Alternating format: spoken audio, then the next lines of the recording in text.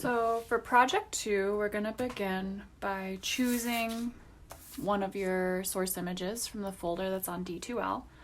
I mostly uploaded lithographs, a couple watercolor paintings, things like that. And the reason I chose these is because you can actually see how the layering is happening inside of the picture.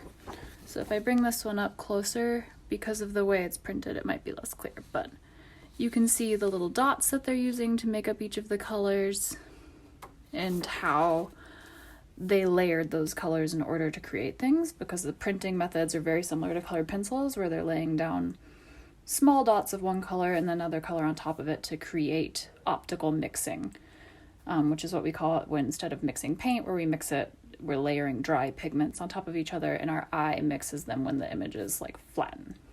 So this is the one I've picked. I'm just going to do, for the point of this demo, inside the square. If you have one that's more plain inside the square, then you can do the framing on it too, or you can do just what's inside the square if that's a lot busier for you. So I've gone ahead and drawn it out. I will say with colored pencil, unlike with acrylic, similar to watercolor, you can get some muddiness because of the graphite. So I like to go around and use a little kneaded eraser to sort of soften some of my lines, so that like when I go back over them, they're not going to pick up as much.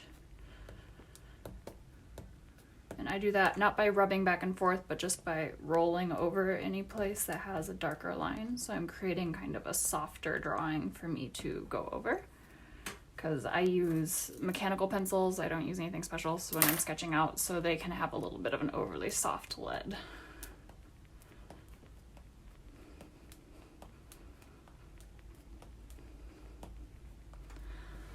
So once I've got that kind of softened up,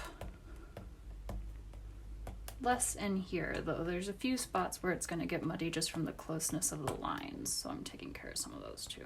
A little sketchier in the feathers.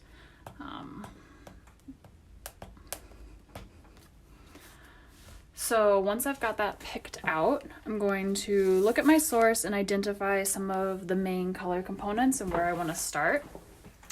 You can see on this one that it looks like they laid down this yellow and then layered oranges and browns on top of it just from how it was printed.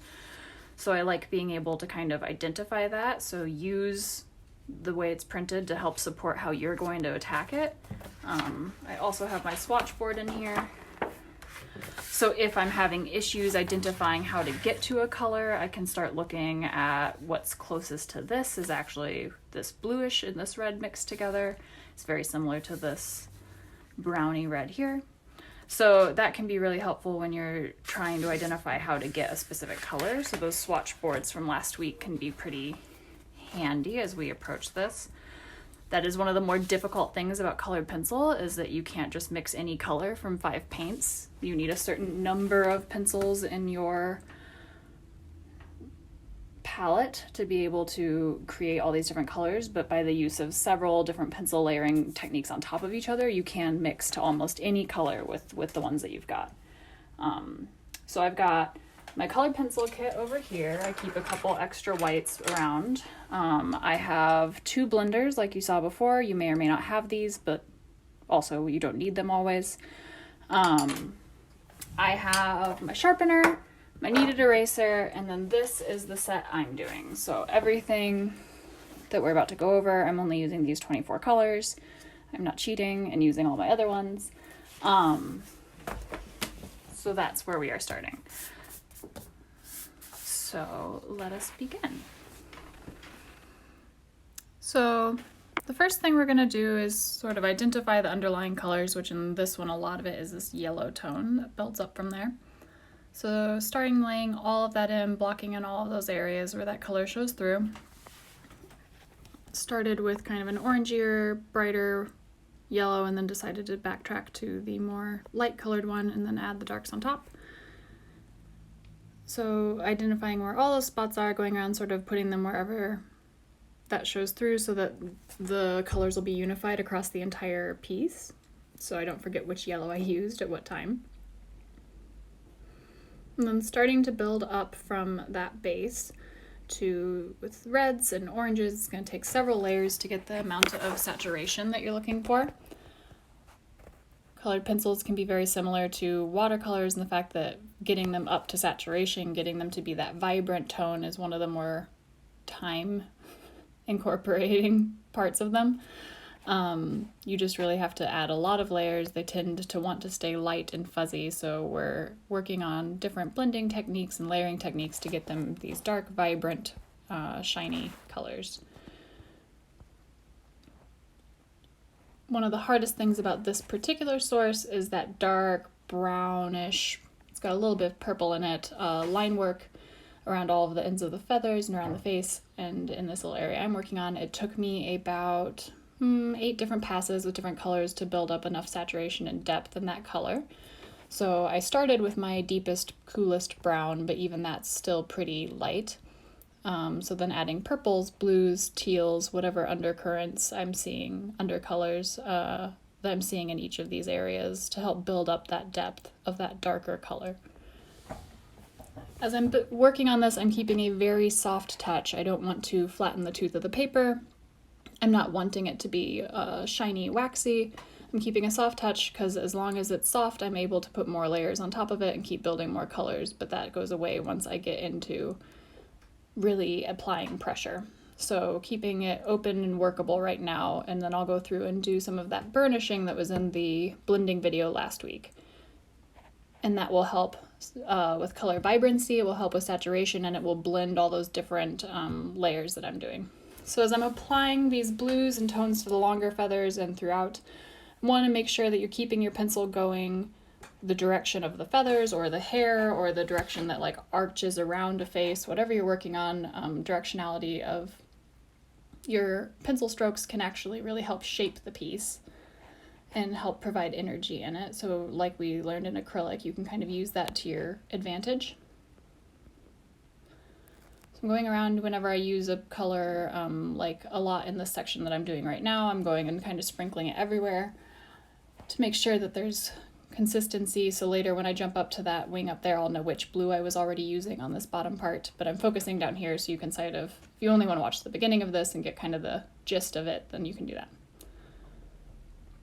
So I'm using this light blue now to sort of burnish the edges of the feathers a little bit, and then I use a white colored pencil to blend all the light areas, so the edges of the feathers, that like longer, paler part. A white colored pencil, when you burnish with it, is going to kind of mute the tones and blend it together. You need to use not only a back and forth motion, you don't want to just go once over it with a lot of pressure. You want to sort of use medium pressure, but you're rubbing it together, so you're getting the layers to reactivate with the wax and the pencil, and then rubbing it together to sort of make them mix. So if you only go one direction with it, it's not going to do that as well. If you can get a little bit of a circular motion or a back and forth motion that follows the curve of the feather or the hair or whatever, then that's going to really help you activate them, flatten that layer. After you've burnished something, you don't want to use a sharp pencil to go back over it to apply layers. You can only use the sides of your pencils. A very sharp pencil over a burnished area will just like scrape into it. So you can apply colors on top of it. It's a little harder to do because it's slick, but you can do it with the side of a pencil and sort of glaze it. So for the rest of this bird, going through it, I'm doing a lot of the dark work first. My drawings I kept very light because, like I said, the graphite can sort of muddy your colors and move around on you. So by going around and adding all of these dark sections first, they're like little grounding points. I know where I am in my drawing, even if I can't see it anymore. I'll kind of have a roadmap for which way I'm going and how to space things out. So even if I'm only getting them in the brown right now, I can go back and darken them with those added layers like we talked about. Well, like I just mentioned, I guess we can't talk in a video. But you can see just the difference in saturation between the bottom wing and the top one as it's starting to build up. So it just takes several layers of different colors and tones, and then that burnishing and flattening is really the final step that really bumps the vibrancy of the piece.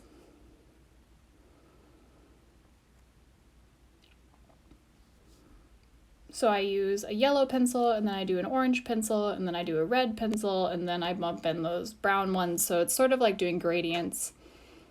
and knowing that they'll mix a little bit on the paper. Sometimes it looks a little more vibrant than you wanted. You can always burnish it with a gray pencil or a toned neutral pencil if it's just a little too poppy for you. A white pencil just sort of calms everything down. If you have a colorless blender and the color is perfect, you can use a colorless blender for that final blending touch.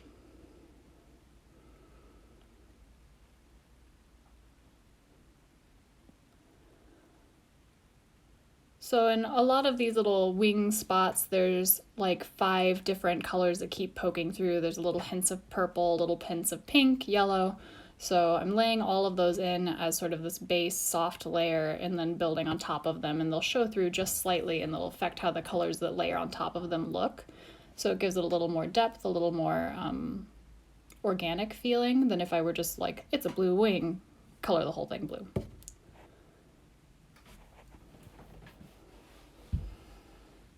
So you can see here that getting all of those sections to be dark, this is the teal pencil, I just used the purple, the brown was already down, now I'm using a deep green. So it's much like paints where if you layer a whole bunch of colors, eventually you'll get a brown, a deep brown, almost black. I'm using all cool tones because at least in my reference image, it does look like a deep, like cool chocolatey brown.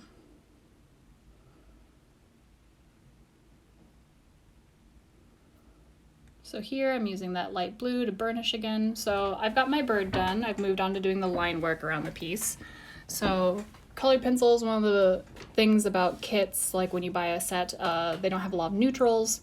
So for this neutral line work that's in my piece, I used 3 different colors. I used gray as the base, a green, and then a layer of kind of an orangey tan. And now I'm going through and burnishing it with this white, which is mixing all of those together to be this very like slightly warm, slightly green gray.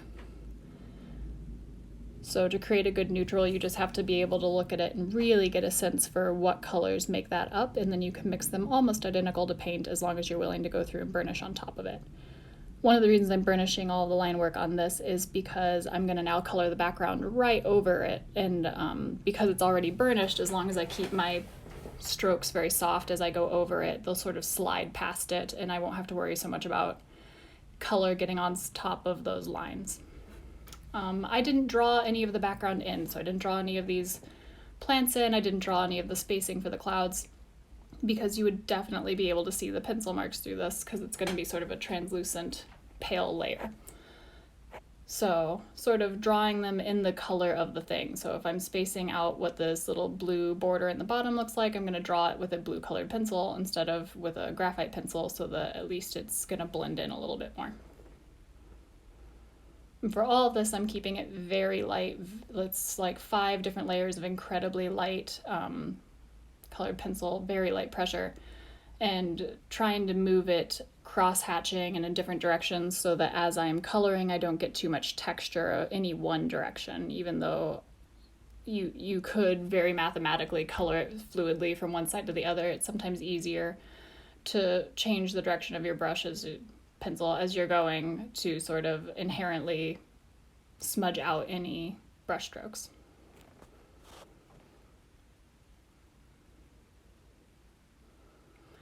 So this bottom color is a hard one to match because it's a little bit of a blue, it's a little bit of a gray, it's got some pink in it. But the nice thing about these images is they're very high res, so if you zoom in all the way, you should be able to see even some of the different dots that were inherent to the inking process. So they should be able to sort of give you a clue as to where to start from. So this one definitely was a pink, a blue, and then like a green, which is not perfectly the mix that I used, but it was a really good spot to like get all those colors down and then add a little bit of something on top to blend them together. So for this yellow part, I'm drawing it all out in the palest yellow that I have, and then going through and slowly building up the intensity and the saturation.